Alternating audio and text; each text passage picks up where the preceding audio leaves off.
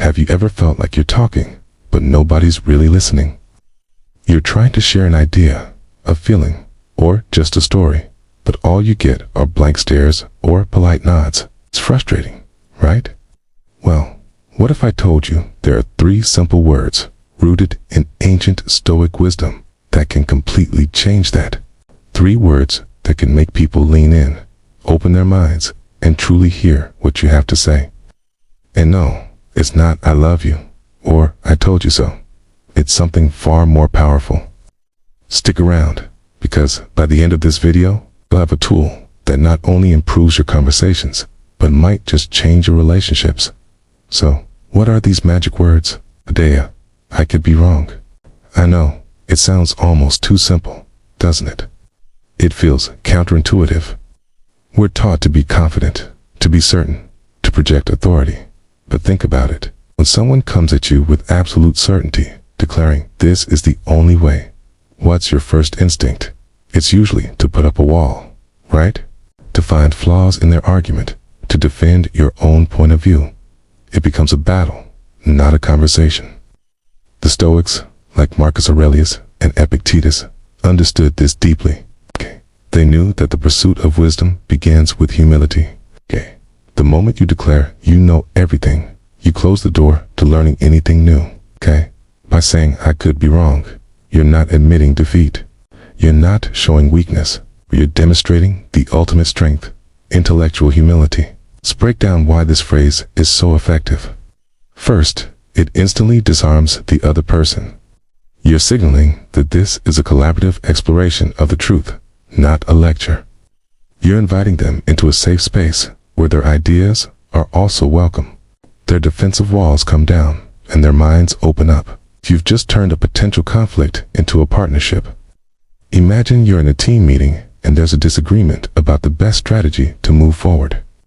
Instead of saying, "My plan is obviously the best," try starting with, "Here's what I'm thinking, but I could be wrong. I'd love to hear your perspective on it." See the difference? You're not just presenting an idea, you're inviting a dialogue. You're showing respect for the intelligence and experience of everyone else in the room.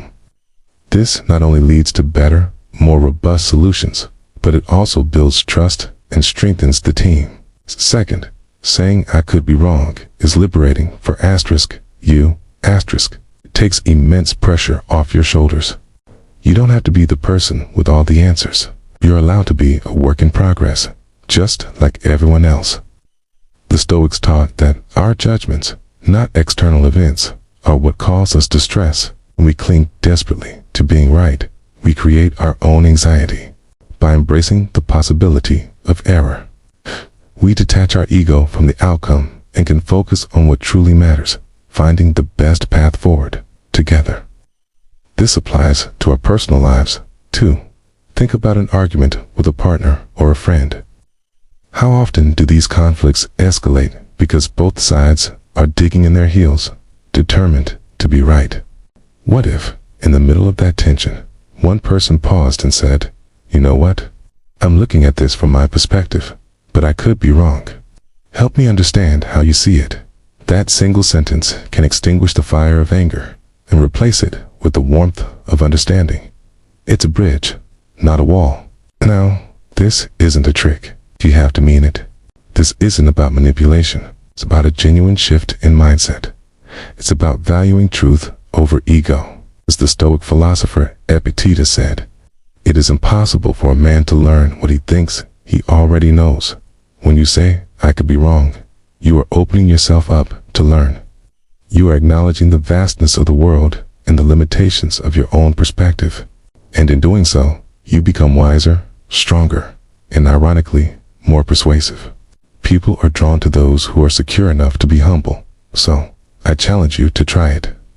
In your next meeting, your next debate, or your next difficult conversation, use these 3 powerful words. Start with, "I could be wrong, but ... double quotes, and see what happens. Watch how people start to truly listen.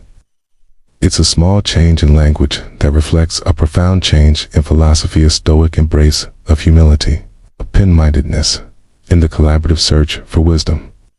Thank you so much for joining me on this journey into Stoic thought. If this resonated with you, hit that like button and subscribe for more insights on living a wiser, more fulfilling life. I'd love to hear your thoughts in the comments below. Have you ever tried this? How did it work for you? Till next time, stay curious and stay humble.